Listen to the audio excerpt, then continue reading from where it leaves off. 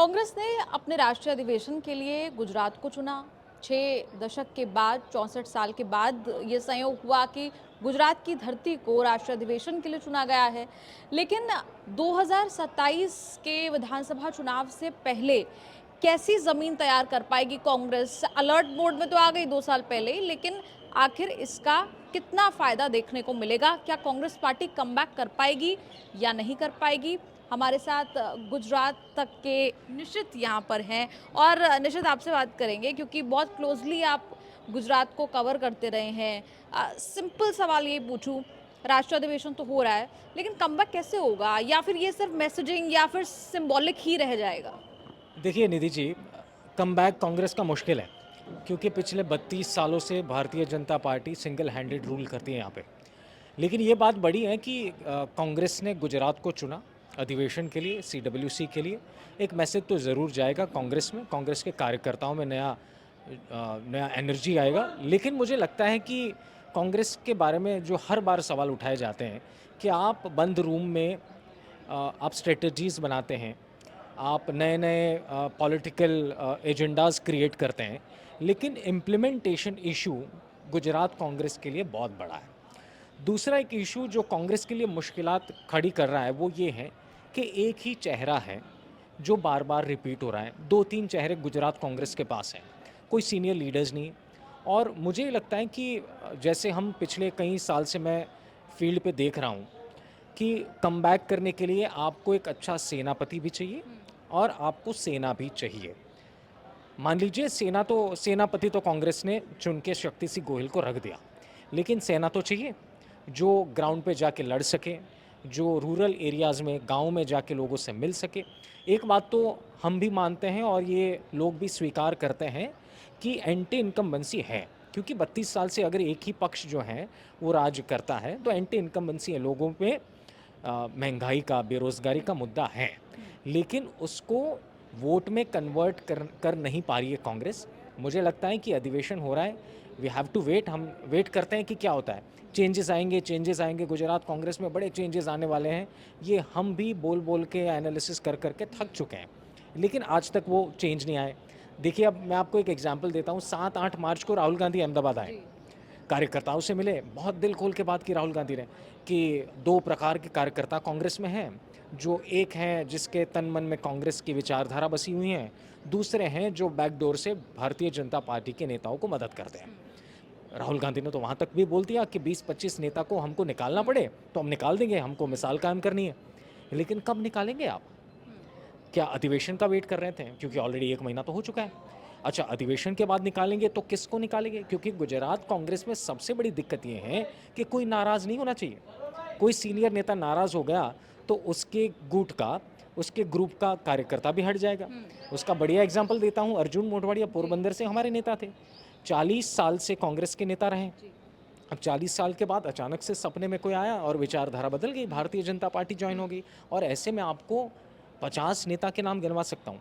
तो मेरा ये मानना है कि अधिवेशन भले हो, अच्छी बात है, कांग्रेस के लिए अच्छी बात है, कांग्रेस कार्यकर्ताओं में वो माहौल दिख रहा है, लेकिन इम्प्लीमेंटेशन का इशू आएगा।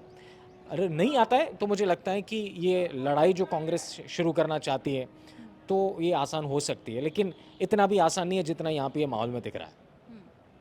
अब क्या कोई फॉर्मूला नजर आ रहा है कांग्रेस पार्टी के लिए? क्योंकि जिस तरह इनके नेता जो हैं वो टाटा बाय बाय करते जा रहे हैं बीते सालों में, आपने तो कवर किया है लगातार, एक के बाद एक बड़े नेता, मोदवाड़िया जी का भी आपने नाम लिया। क्या कोई फॉर्मूला इनके पास है, नहीं है? लोग नरेंद्र मोदी के गुजरात मॉडल की बात करते हैं, कांग्रेस के लिए कोई मॉडल है क्या? देखिए, मुझे लगता है कि राष्ट्रीय अधिवेशन यहाँ पे करना, ये अपने आप में कांग्रेस पूरे देश में ये प्रूव करना चाहती है कि एक बात तो उससे पहले मैं ये बताना चाहता हूँ कि कोई भी राजनीतिक संस्कृति की शुरुआत जो होती है वो गुजरात से होती है। ऐसी बात हम कई सालों से सुनते आ रहे हैं, और ज़्यादातर 2014 से, जब से भारतीय जनता पार्टी केंद्र में सरकार बनाने में सफल हुई।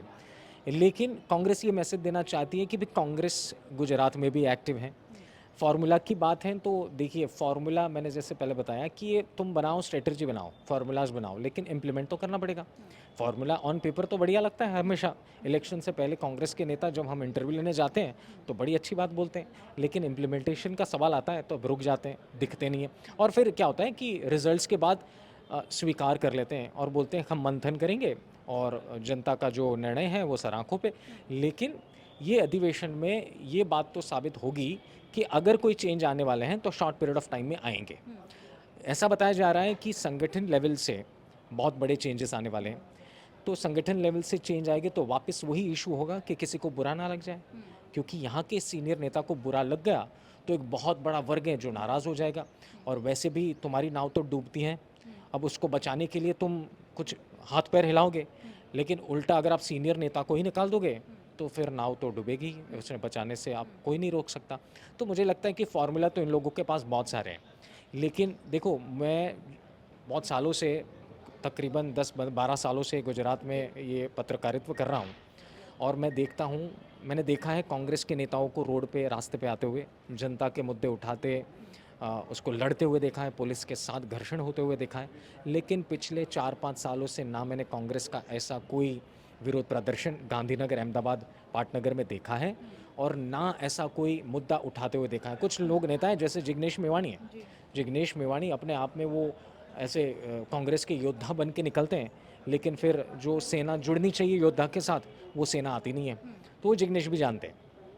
तो CWC हो, अधिवेशन हो, बदलाव अगर आता है और फार्मूला और इम्प्लीमेंटेशन अगर वही फार्मूला पे होता है तो ही कांग्रेस यहाँ पे बच पाएगी या यहाँ कोई कांग्रेस को फ़ायदा होगा। जी।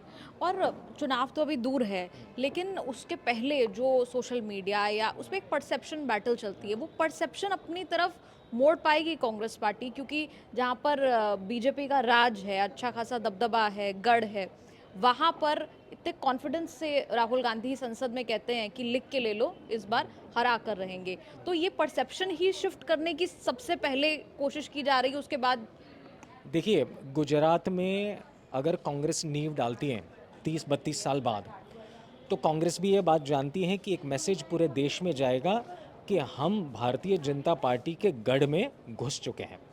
और मुझे लगता है यही बात राहुल गांधी जानते थे और सोच समझकर उनने सदन में ये बात कही। आपको पता है कि उसने पहले बताया कि हमने आपको अयोध्या में हराया, क्योंकि सब जानते हैं कि अयोध्या के बारे में भारतीय जनता पार्टी का जो परसेप्शन है या तो जो मानना है उसमें वो हार गए। दूसरा एक मॉडल जो हमेशा देश में भारतीय जनता पार्टी लेके निकली है 2014 से, वो गुजरात मॉडल है।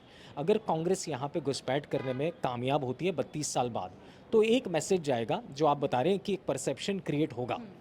लेकिन ये इतना आसान भी नहीं है, क्योंकि 32 साल बाद अगर आप किसी पक्ष को हराना चाहते हैं तो खुद अपने आप मजबूत होना पड़ेगा, आपका संगठन इतना मजबूत होना पड़ेगा।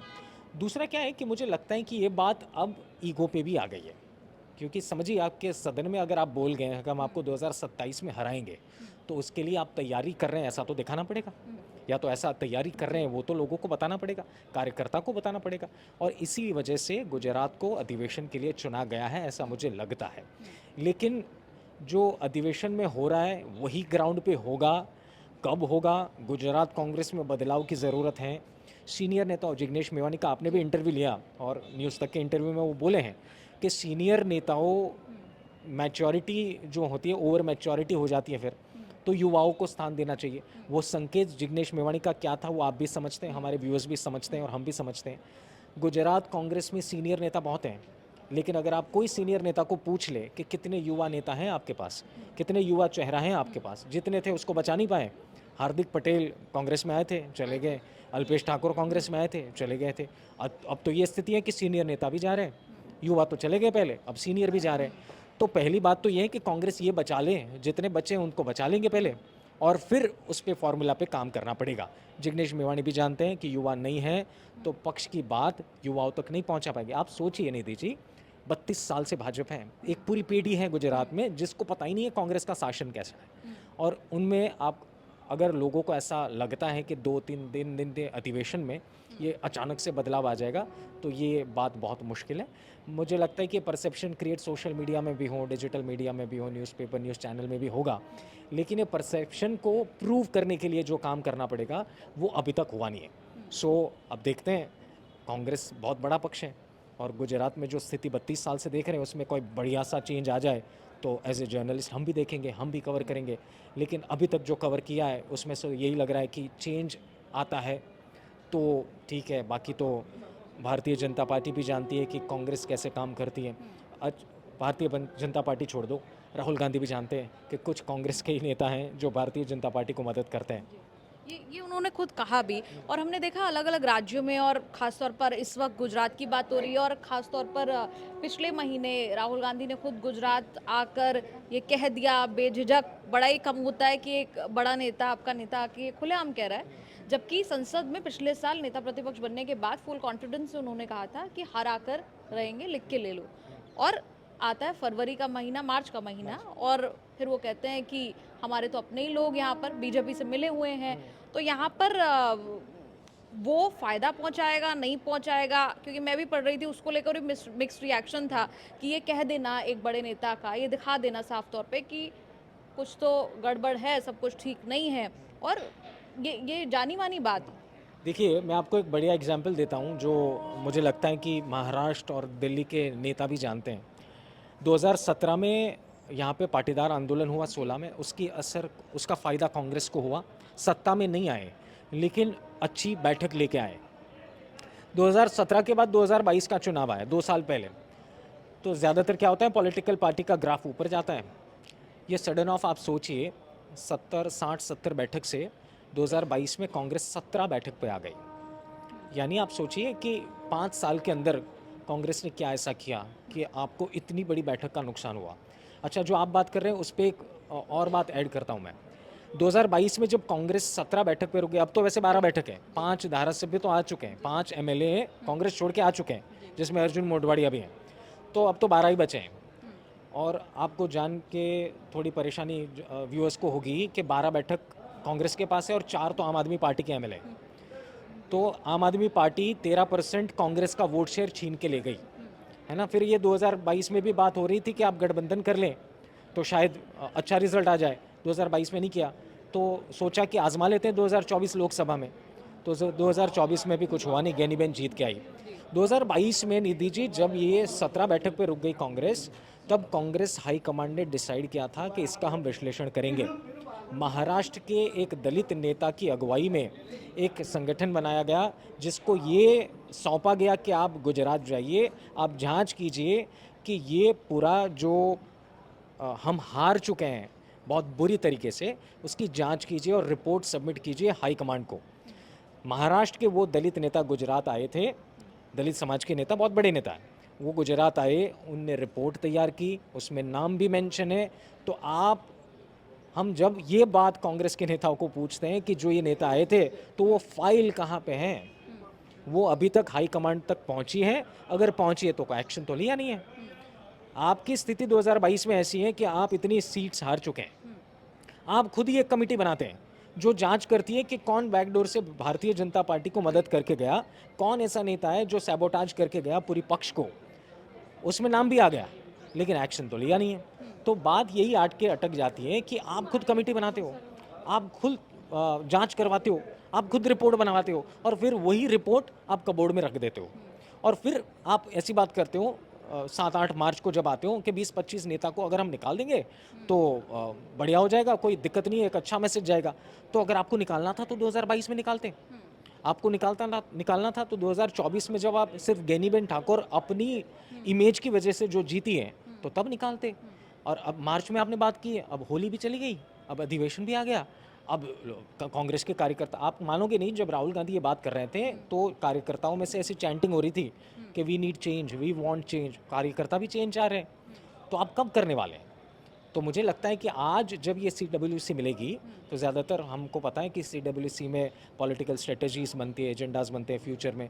मुझे लगता है कि पहला इनका फोकस बिहार में होगा, उसके बाद वेस्ट बंगाल में भी होगा, केरला में भी होगा, और फिर गुजरात पे आएंगे। लेकिन ये पॉलिटिकल स्ट्रेटजीज का इम्प्लीमेंटेशन कैसे करेंगे, किसको ये जवाबदारी दी जाएगी, वापस वही सीनियर नेता को दी जाएगी कांग्रेस के, तो फिर वही होगा जो हम इतने सालों से देखते आ रहे हैं, ऐसा मुझे लग रहा है। बहुत बहुत शुक्रिया निशित, न्यूज़ तक से जुड़ने के लिए। आपने देखा एक एनालिसिस आपके सामने गुजरात में बीते सालों कांग्रेस के प्रदर्शन को लेकर और इस परसेप्शन बैटल को लेकर भी हमने बात की। आपका इस बातचीत पर क्या कुछ कहना है, कमेंट्स में लिखकर ज़रूर बताएं।